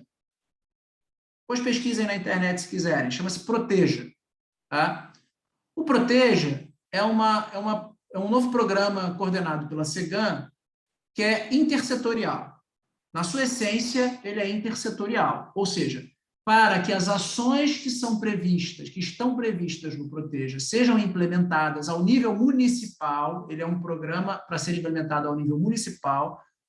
Ele vai ter um primeiro ciclo de 3 anos, em que 1.302 municípios brasileiros vão receber repasse financeiro do Ministério da Saúde para a implementação de ações chamadas essenciais e complementares que compõem a estrutura do Proteja, ao nível municipal. Então, o gestor de saúde vai ser o gestor que vai lá no nível municipal receber esse recurso para usar esse recurso vindo do Proteja para implementar ações essenciais e complementares no seu município. E aí que eu quero chegar. Parte importante dessas ações são intersetoriais, ou seja, para que elas sejam de fato implementadas, esse gestor de saúde obrigatoriamente vai ter que dialogar com gestores de outros setores, incluindo educação, incluindo transporte, incluindo assistência social, planejamento urbano, etc. E aí, olha que interessante, eu fui convidado como acadêmico pela CEGAN para, junto com a equipe da CEGAN, pensar como que a gente promove a atividade física na estrutura do Proteja numa visão intersetorial das cidades. Parte das metas que a gente criou dentro da estrutura do Proteja, em função do trabalho que eu venho desenvolvendo com eles, foi pensar, por exemplo, o transporte ativo e a mobilidade ativa para o eixo casa, escola, casa. Como que a escola pode capacitar os seus profissionais, como que a escola pode oferecer a infraestrutura mínima necessária com esses recursos que estão vindo do Ministério, para fazer capacitação profissional, desde a direção da escola à equipe de professores, a própria comunidade escolar, e a infraestrutura necessária, não apenas do entorno da escola, como também a infraestrutura do próprio município em que aquela escola está inserida. Os desafios são gigantes, porque a gente sabe que na teoria é lindo, na prática os problemas são muito difíceis de serem enfrentados, principalmente quando se fala em intersetorialidade, porque quando se fala em intersetorialidade é meu quinhão primeiro, né? Pirão, como é que é aquele ditado? Meu pirão é pouco, como é que é? Vocês sabem, eu não sou farinha pouca, meu pirão primeiro. Farinha pouca, meu pirão primeiro. Cada um olha para o seu quinhãozinho de dinheiro para investir no seu setor e o diálogo é muito ruim, de uma forma geral, entre setores, né? Mas o Proteja está vindo com essa proposta. Então, assim, eu já considero um avanço muito interessante a Coordenação Geral de Alimentação e Nutrição, que está coordenando o Proteja em 1.300 municípios brasileiros, chamar um acadêmico para pensar de forma intersetorial. Isso que a gente está discutindo aqui. É um passo. A CGProf, por exemplo, do Ministério, lá da Atividade Física no Ministério, uma das políticas que eles estão, uma das propostas que a CGProf vem tentando avançar é justamente formação profissional, entendendo que ela é altamente deficitária. Mas isso é política pública. Então, hoje, a Coordenação Geral de Promoção de Atividade Física e Ações Intersetoriais, a CGProf, ela já está atenta sobre a importância da formação profissional. Porque ela entende que é deficitária. E para uma agenda, que é uma agenda que ela também reconhece ser importante. E isso inclui não apenas a promoção da atividade física no tempo livre de lazer, mas inclui a atividade física como deslocamento diário também. Os desafios são enormes, porque o Brasil é gigantesco, é muito diverso, né? As realidades de um município de até 20 mil habitantes não tem nada a ver com a realidade de um município de 100 mil habitantes e de 1 milhão de habitantes. É muito diferente, né? É muito gritante a nossa diversidade. Quando a gente está começando a fazer esse trabalho junto do Proteja, e eu vou ter que produzir, o Ministério a gente firmou um acordo, uma carta-acordo com o Ministério, o nosso grupo, em que a gente vai ter que produzir um guia para os gestores municipais, né? Então, a gente vai ter que ir a campo entrevistar os gestores, fazer avaliação de campo com gestores, etc. e tal. A gente já está descobrindo assim, caramba, o município que tem até 10 mil habitantes, o cara tem um cara na secretaria que faz tudo. Não tem uma equipe. Aí você quer que ele implemente ação intersetorial como? Ele é um cara ali, só tem ele na linha de frente para fazer tudo. Então, realmente, os desafios são muito grandes. Mas o que eu quero dizer é que, assim, o que eu percebo hoje é que já existe uma sensibilidade desses gestores, dessas coordenações, para a importância desses temas. E a consequência disso, naturalmente, é um olhar cada vez mais voltado para esse tema. Mas as coisas não acontecem da noite para o dia. É lento, é complexo. A diversidade, os recursos financeiros sempre são importantes e são escassos de uma forma geral, né? Mas é isso, é sensibilização da comunidade. A gente também está tocando um projeto sobre mobilidade ativa em Volta Redonda, né? E a gente, ano que vem, espera invadir as escolas parceiras. A gente vai entrar em 7, 8 escolas no município de Volta Redonda para tocar esse nosso projeto lá. Uma das coisas que a gente está fazendo no projeto é contratando uma profissional de comunicação para, junto conosco, os especialistas, a gente tem uma equipe interdisciplinar, o Silvio, inclusive, é nosso parceiro nesse projeto, tá? Um cara que a gente quis trazer para o projeto, que tem a visão da educação física escolar muito forte, tudo que vocês discutem aqui, que eu não sou expert em educação física escolar. Então, eu trouxe especialistas. Então, eu tenho esse projeto, a gente tem um grupo interdisciplinar. Eu tenho o pessoal da geografia, do transporte, da mobilidade urbana, do urbanismo, da educação física escolar, da medicina, da economia. Nós temos pesquisadores da economia trabalhando com a gente, justamente para ter essa visão ampla desse cenário. E a gente quer, com essa visão ampla, construir instrumentos que a gente explore a realidade das escolas para entender o que é necessário para essa mudança. Como sensibilizar a comunidade, como sensibilizar os profissionais da escola, como capacitar. Então, a gente tem a previsão no ano que vem fazer oficinas educativas nas escolas para sensibilizar a comunidade e os profissionais e gerar conhecimento a partir disso, para a partir desse conhecimento gerado, e aí é onde eu digo que entra a academia, como eu estava falando, como que esse conhecimento nos permite, naturalmente, pensar política. Como que eu pego essa informação e vou lá levar para a CGProf, fazer CGProf, olha assim a nossa experiência em Volta Redonda, isso aqui deu certo. Uma das coisas que a CGProf está fazendo nesse momento também é fazendo um mapeamento, que eu acho super importante, porque a gente só fala dos problemas, né? Isso não funciona, isso não tem infraestrutura, a equipe não sabe. Foi o que você fez agora, né, Gabriela? Você falou de um monte de problema. Mas a gente também tem soluções muito ricas que já existem, espalhadas pelo Brasil. Tem muitos projetos interessantes espalhados pelo Brasil. Cadê esses projetos? O que eles nos ensinam? A CGProf está fazendo isso. A CGProf firmou uma carta-acordo com uma outra pesquisadora brasileira, que, se eu não me engano, é a Kelly, tá? Samara, e eles vão fazer um trabalho de mapeamento brasileiro das experiências exitosas de promoção de atividade física pelo Brasil afora. Mapeando as experiências exitosas justamente para saber que lições podemos tirar delas.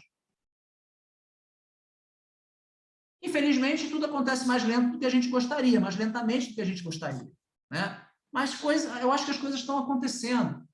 E eu vejo hoje uma oportunidade, aí eu trago de novo uma sardinha para a discussão que a gente vem trazendo aqui, que é uma oportunidade muito grande, muito ímpar para se discutir mobilidade urbana, cidade sustentável e ativa, o domínio dos deslocamentos, porque a gente tem uma janela de oportunidade que a pandemia trouxe. A gente tem uma crise de setor de transporte. O setor de transporte está falido no Brasil. Os governos vão ter que começar a subsidiar em parte o setor de transporte, então ele não vai sustentar. A gente tem a crise sanitária, que obrigou as pessoas a usarem menos transporte público. A gente tem uma crise de saúde, tudo que eu falei. Então, acho que é mais ou menos esse o caminho, sabe, Gabriela? A educação é fundamental, mas para isso também a gente precisa ter uma visão de política pública, mas que sensibilizando os nossos decisores também para essa perspectiva. Bom, não sei se eu respondi, mas tentei. Muito bom, Ricardo. Então, eu queria atender todo mundo, né? Tem várias perguntas aqui no chat, mas a gente também tem menos de 10 minutos aí para encerrar o nosso encontro. Então, eu não sei, Ricardo, se você acha que a gente consegue, dentro da medida do possível, né, atender algumas perguntas aqui. Eu vou colocando para você, e aí acho que tem umas 5 ou 6 aqui, não sei se a gente consegue, dentro desse tempo aí, atender todo mundo. Então, a primeira aqui é do Ítalo Rocha. Ele pergunta qual é o percentual de transporte ativo em Bogotá, cidade citada por você na fala, né? E se existe alguma comparação desse dado pré e pós o investimento em ciclovias. Vamos lá. Se não me falha a memória, hoje o percentual de transporte ativo em Bogotá gira em torno de 10, 11, 12%, tá? Se não me falha a memória.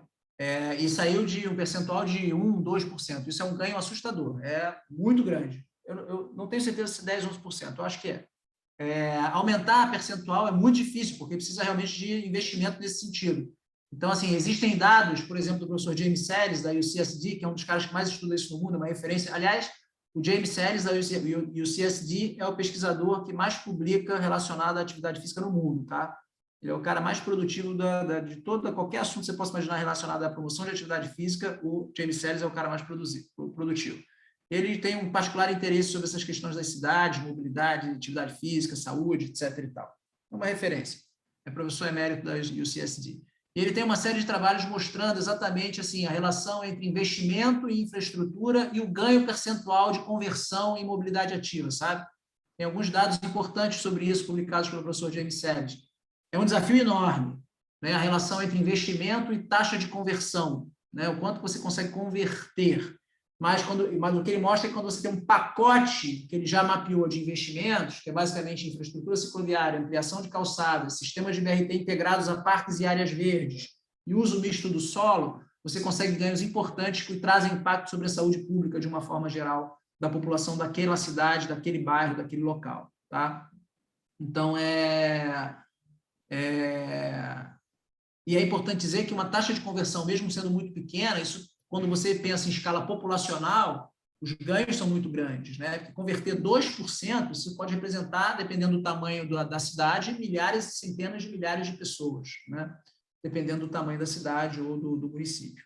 Então, a segunda pergunta eu não entendi, tinha uma outra pergunta, que era se eu tinha algum dado sobre alguma coisa. Se depois da implementação da ciclovia, né, como que muda esse dado? Então, Bogotá tem dados interessantíssimos sobre isso. Ele mostra, por exemplo, que a cada dólar investido nessa infraestrutura, tá? A cada dólar investido, isso é resultado real de Bogotá, tá? A cada dólar, 10 anos depois que começou o projeto de investimentos em infraestrutura cicloviária e ampliação de calçadas e integração de BRT, parques e áreas verdes e ciclovias de Bogotá, 10 anos depois, os dados mostravam que a cada dólar investido em todo esse projeto, se economizava 4 dólares em saúde, na saúde pública de Bogotá. A cada dólar investido, você tinha uma economia de 4 dólares em saúde pública na cidade de Bogotá. Com redução de taxa de criminalidade e homicídio por cada 100 mil habitantes, de maneira importante, e, obviamente, impactos sobre questão de emissão e transporte público, acidentes de trânsito, né? Acidente de trânsito, a Gabriela comentou, é uma questão muito importante que precisa ser discutida, né? O camarada é atropelado de bicicleta, isso é visto como um acidente. Não, cada vez mais a gente tem que ver que isso é um ato criminoso, né? Não é apenas um acidente, é um ato criminoso, intencional, que está associado à alta velocidade de transporte. Então, existe toda uma outra discussão relacionada a acidente de trânsito, que é que a gente chama de zonas 30, né? Então, assim, muitas cidades do mundo inteiro afora já estão implementando políticas de zonas 30. Então, os centros urbanos, os carros não passam de 30 km por hora dentro das cidades, porque isso tem um impacto gigante sobre a redução de acidente de trânsito que mata muita gente, não só mata, mas incapacita, né? Deixa as pessoas incapacitadas mesmo quando não morrem. Então, o que é mais grave ainda, muitas vezes, porque o cara fica o resto da vida incapacitado. Então, isso se faz com a implementação de zonas 30. Muitas cidades do mundo estão implementando zonas 30 pelas cidades. Assim, Então, você vê, por exemplo, a Avenida Atlântica, em Copacabana, uma avenida com movimentação de pessoas gigantescas cruzando aquelas ruas, e você pode andar a 70 km por hora naquela via. Isso é inadmissível, não dá mais para pensar uma via como a Avenida Atlântica se você circulando a 70, 80 km por hora. Você tem que ter redução de velocidade dessas vias. Então, tem toda uma série de políticas apontadas nessa direção, e os impactos que a gente tem de estudos nesse sentido são todos extremamente positivos, seja sob a ótica econômica, seja sob a ótica da saúde, seja sob a ótica de redução de acidentes de trânsito, seja sob a ótica ambiental. Os resultados que a gente tem expostos na literatura são sempre muito importantes. Obrigado, Ricardo. Tem uma pergunta aqui do professor Marcos Miranda. Ele diz assim: não está na hora de trocar o termo crise por doença crônica? Segundo ele, o termo crise tem origem na medicina, onde é limite entre a sobrevivência e a morte. E no modo capitalista de vida, esses problemas se repetem historicamente, agravam muito mais hoje. Peraí, repete, por favor, me distraí aqui um segundo, que entrou uma chamada aqui. Não está na hora de trocar o termo crise por doença crônica?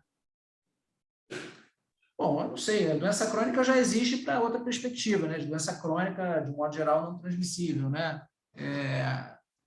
A gente vive uma crise, certamente, né? Uma crise de uma série de coisas, né? Sei, é possível, né?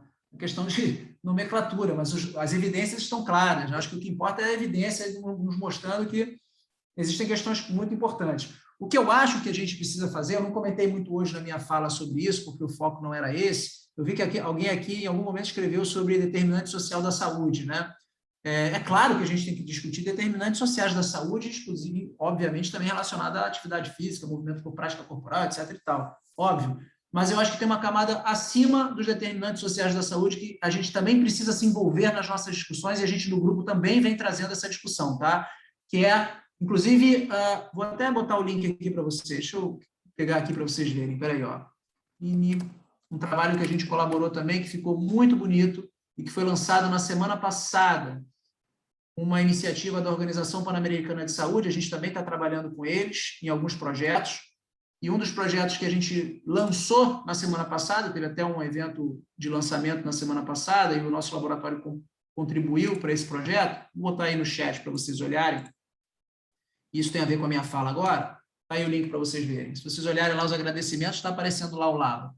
É a dimensão comercial dos determinantes sociais da saúde. Tá? É assim, como que as indústrias, as empresas, as grandes principalmente, elas influenciam os determinantes sociais da saúde. Ou seja, é o que a gente chamou agora de dimensão comercial dos determinantes sociais da saúde. Então, quando você olha, por exemplo, alguns dos principais fatores de riscos relacionados às doenças crônicas não transmissíveis, e por que a gente sempre fala de doença crônica não transmissível? Porque elas matam 35 milhões por ano. É a que mais mata no mundo. Com 30 e tantas milhões de pessoas que morrem todos os anos de doença crônica. Tá? Por isso que a gente discute elas. Muito ainda. Quando você olha os principais fatores de risco, você tem tabaco, álcool, alimentação e inatividade física. Quando você olha tabaco, álcool e alimentação, você tem atores comerciais que precisam ser claramente regulados. Você tem a indústria do tabaco, que o Brasil avançou muito, caso de sucesso. Você tem a indústria do álcool, que o Brasil avançou pouco. Então, você tem o horário nobre da Globo, quarta-feira, Flamengo e Corinthians, propaganda de quê? O que você tem de propaganda? Álcool e carro. E você tem a indústria do alimento. Alimento ultraprocessado, marketing infantil pesadíssimo e bebidas açucaradas. E atividade física? Quem é o ator que a gente tem que enfrentar na dimensão comercial? Na minha opinião, a indústria automotiva, que ainda é basicamente tratada pelos governos, e não apenas o brasileiro, como um importante impulsionador da economia brasileira, do PIB brasileiro, sem com que as suas externalidades sejam consideradas, e que são inúmeras. Primeiro, 20% de emissão de CO2. Segundo, mais de 1 milhão de mortes por ano de acidentes de trânsito, sem contar os incapacitados. 3, inatividade física, porque cidades são projetadas para carro por lobby da própria indústria. As cidades não se tornaram o que se tornaram porque foi assim naturalmente. Não, isso foi lobby de duas indústrias, lobby da indústria do automobilística e lobby da indústria do petróleo. E, mais tarde, lobby da indústria da construção civil, que preferiu jogar as pessoas para longe das cidades para ter terreno para vender coisa, para vender casa, para vender prédio. E a nossa área não discute dimensão comercial sobre impacto na atividade física. E quando você olha o pessoal do ativismo do tabaco, da alimentação e do álcool, o que mais se discute hoje é a dimensão comercial dos determinantes sociais da saúde.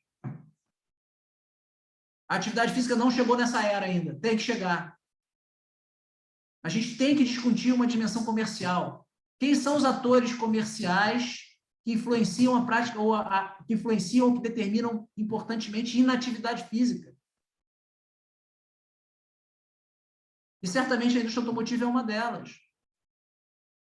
Vou botar um outro link de um texto que eu publiquei que fala sobre isso também. Quer ver?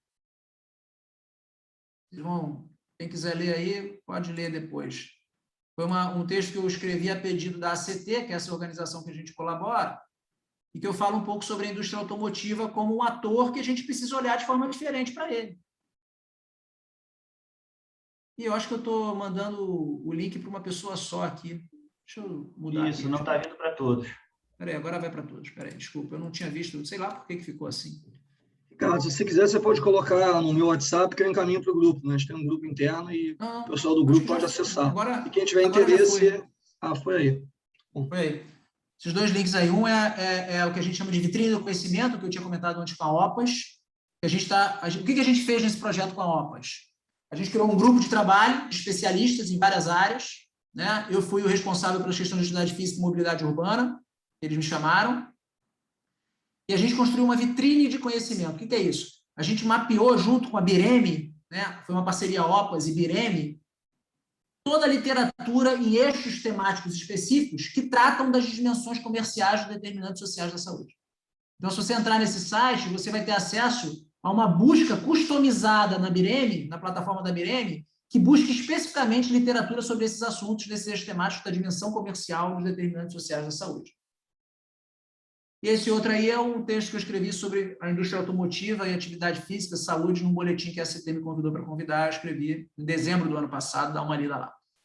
Então, eu acho que é um pouco essa discussão, sabe? Assim, a gente tem que discutir uma dimensão que a gente não está discutindo ainda quando a gente fala de atividade física, que é a dimensão comercial. A gente passa batido disso. Não tem um acadêmico brasileiro que vem discutindo isso. E nós estamos começando a nos propor a ter esse olhar, a ter um pouco esse olhar e mapear a indústria automotiva, as ações de lobby da indústria, ver o que eles vêm fazendo. A gente está num momento embrionário para começar a abrir uma linha de frente em relação a isso, que a gente acha que é muito importante. Obrigado, Ricardo. Eu não vou conseguir render muito mais, porque eu estou com um filhote sozinho aqui em casa, que já veio aqui no quarto umas 10 vezes pedindo atenção, e eu acho que eu não sei se eu vou conseguir render muito mais. Mas, enfim. Não, eu colocar exatamente esse ponto, né? A gente chegou aqui no limite do nosso horário previsto, né? Os nossos encontros eles vão até às 12, mas de uma forma ou de outra, as perguntas que foram colocadas aqui, elas foram respondidas ao longo da sua fala. A gente tem perguntas aqui sobre as ODS, você falou sobre as ODS na sua fala. A gente tem perguntas sobre as pesquisas em andamento, você falou sobre as pesquisas em andamento, colocou inclusive links aqui para a gente, né? Sobre a possibilidades, né, de possibilidades concretas de atividades de mobilidade urbana ativa no Brasil. Você também colocou aí que tem uma professora pesquisando só essas experiências de sucesso, né? Então, de uma forma ou de outra, as perguntas elas foram respondidas aí ao longo da sua fala. Queria agradecer muito aqui inicialmente da minha parte, aprendi muito com o professor hoje e queria agora passar a palavra para o professor Silvio Teles, coordenador do GPESC, para fazer as suas considerações. Bom, queria agradecer primeiramente ao Ricardo, um amigo próximo no departamento, mas não é por isso que a gente chamou ele, a gente chamou o Ricardo pela dimensão do trabalho, do projeto dele, que eu tive o convite para participar, tentando colaborar na medida do possível, que é um projeto muito grande, é um projeto de difícil coordenação, Eu acompanho o Ricardo, a quantidade de e-mails imensos, onde ele vem relatando o que acontece, busca por editais, tem crescido na área, né? Abandonou lá os ratos e a galera da fisiologia, Desafio, graças a viu? Deus, eu não aguentei, tive que falar. E aí, agora está caminhando, né, com outros rumos e tem tido frutos brilhantes. O Ricardo é o coordenador do curso Com Mérito, já era professor adjunto, tem participação efetiva dentro do nosso grupo, então a vinda dele aqui ela é providencial para poder trazer para o nosso grupo o que há de mais moderno sobre essa discussão. E eu me senti muito contemplado, aprendi muito, anotei várias coisas aqui, porque a gente às vezes não tem noção de como a discussão... Por isso que às vezes eu falo entre nós aqui, sem querer tomar muito tempo, mas nós estamos, às vezes, sem perceber, na ponta da lança da discussão. Porque a gente, às vezes, está discutindo a importância da atividade física, mas a gente está discutindo a importância da atividade física de baixo para cima, às vezes. Isso é muito pouco. Na verdade, a construção é estrutural. A gente está dando murro em ponta de faca, quando, na verdade, os outros campos, principalmente o econômico, têm sobrepujado qualquer tipo de ação individual. Então, se a gente não pensar, além disso, em nós aqui que temos a oportunidade de estarmos no ensino, tanto superior como básico, e trouxermos essa discussão para que as pessoas levem em consideração, por exemplo, eu não tinha me tocado nisso, eu assisto o jogo eventualmente, é isso mesmo, é bebida e carro. Isso já faz parte do hábito da sociedade moderna. E você transpor esse tipo de situação não é fácil. Então, é um processo que ainda vai demorar, principalmente com a extinção do combustível fóssil. Eu acho que isso também é uma coisa que vai ajudar bastante essa modificação. Eu acho que vai ter um repensar ecológico, uma reutilização do espaço. A gente já vê as bicicletas elétricas com muito mais força do que vinha antes, apesar de não ser o ideal, porque ele é elétrico, você não faz o exercício, mas já é uma forma de transição, abandonando o carro, diminuindo a utilização do carro, enfim. Eu acho que o nosso encontro de hoje foi muito profícuo, tá bom? E queria agradecer o Ricardo, e tem uma lembrança, né? Mas apenas só a título de curiosidade, lembrando que o Ricardo ele veio aqui exclusivamente pela vontade de estar conosco, né? Não existe nenhum tipo de prolabore em relação a isso. E aí o que acontece? Eu vou tentar Tem compartilhar. Não tem não, Silvio? Não. Às vezes eu consigo compartilhar aqui pelo meu WhatsApp, é rápido. Achei que podia ter pelo menos um bate-papo qualquer dia aí, sentar, bater um papo. A gente está aqui com uma lembrança que a gente sempre oferece. Então, Ricardo, isso vai ser enviado para você por e-mail. Obrigado pela tua presença. Muito obrigado mesmo por estar aqui no momento de transição. O Ricardo se mudou e aí está com o filhão em casa, perdeu ali o tempo dele para estar conosco aqui. E o grupo agradece muito a tua presença e a gente segue contando contigo para outras ações. Tá bom, Ricardo? Obrigado por tudo. Valeu, pessoal. Eu que agradeço. É muito bom conversar, né? A gente que não encontra quase mais ninguém, conversar e ver um monte de carinha é sempre muito bom. Fico muito feliz de poder conversar com vocês e trocar um pouco do que a gente acredita, né? Eu acho que uma mensagem final, se eu pudesse deixar uma mensagem final para todo mundo aí, tem que fazer o que tem propósito, sabe? O que faz sentido para você. Se ainda não conseguiu identificar isso na sua vida, continua buscando, porque tem que fazer sentido. E como o Silvio disse, assim, abandonar os ratinhos, abandonar a fisiologia cardiovascular e a parte clínica, isso só aconteceu porque aquilo não estava mais fazendo sentido para mim, né? Toda essa agenda que vocês estão me ouvindo falar e todo esse envolvimento também com ativismo, né? Eu já vinha me envolvendo mesmo antes da pandemia, todo ano eu ia para Brasília, batia na porta dos deputados, batia porta por porta de deputado, apresentando projeto de lei, discutindo projeto de lei com outros acadêmicos para apresentar no Congresso dos Deputados e no Senado, ia lá em Brasília. Isso só aconteceu porque começou a fazer sentido na minha vida, né? Eu comecei a entender que essas agendas, inclusive, ter a humildade de dizer o seguinte: tem coisa mais importante para discutir do que atividade física, gente. Me desculpa, tem coisa mais importante para discutir que atividade física. Tem gente passando fome. Tem gente que não está garantindo uma refeição por dia. Me desculpa, isso é mais importante discutir que atividade física. Agora, se a gente pode juntar a nossa agenda a essas outras agendas, que são mais importantes do que a nossa, excelente, vamos fazer isso. E é isso que eu estou me propondo a fazer ultimamente. é entender que existem agendas que são mais importantes que as nossas. Pode vir aqui, filha, agora. São mais importantes que as nossas, mas como que as nossas agendas podem não apenas se conectar, mas contribuir para essas outras agendas que a gente tem que reconhecer, são mais importantes que as nossas. Crise sanitária, desigualdade social e crise climática é mais importante que a agenda de atividade física. Então, a gente tem que contribuir para essas outras agendas. Agora, se ao contribuir para as outras, a gente beneficia a nossa agenda como consequência, olha que cenário maravilhoso. Olha que coisa boa. Ganha todo mundo, né? É situação de ganha-ganha, como os empresários gostam de falar, né? Ganha-ganha, win-win situation, todo mundo ganha. É isso. Então, acho que cada um de vocês aí tem que se fazer essa pergunta, né? O que eu estou fazendo? A minha agenda tem propósito? Como eu contribuo com o meu trabalho para agendas que talvez sejam até mais importantes do que a minha? E será que ainda assim a minha pode se beneficiar de alguma forma, a minha agenda? Então, foi isso que fez com que eu migrasse, que abandonasse, como o Silvio disse, os ratinhos, os laboratórios, a fisiologia cardiovascular, porque lá não conseguia mais achar tanto propósito de provocação. Então, acho que é isso. Vocês têm que continuar sempre se provocando, né? A provocação individual é o que move todos nós. Se não está se provocando, não está fazendo muito sentido na minha perspectiva. Tá bom, gente? Muito obrigado aí, Ricardo, por vocês estarem aqui. Obrigado, pessoal, e até a próxima. Nossa última conversa do ano. Dá tchau aí para todo mundo. Fechou? Valeu, Noah.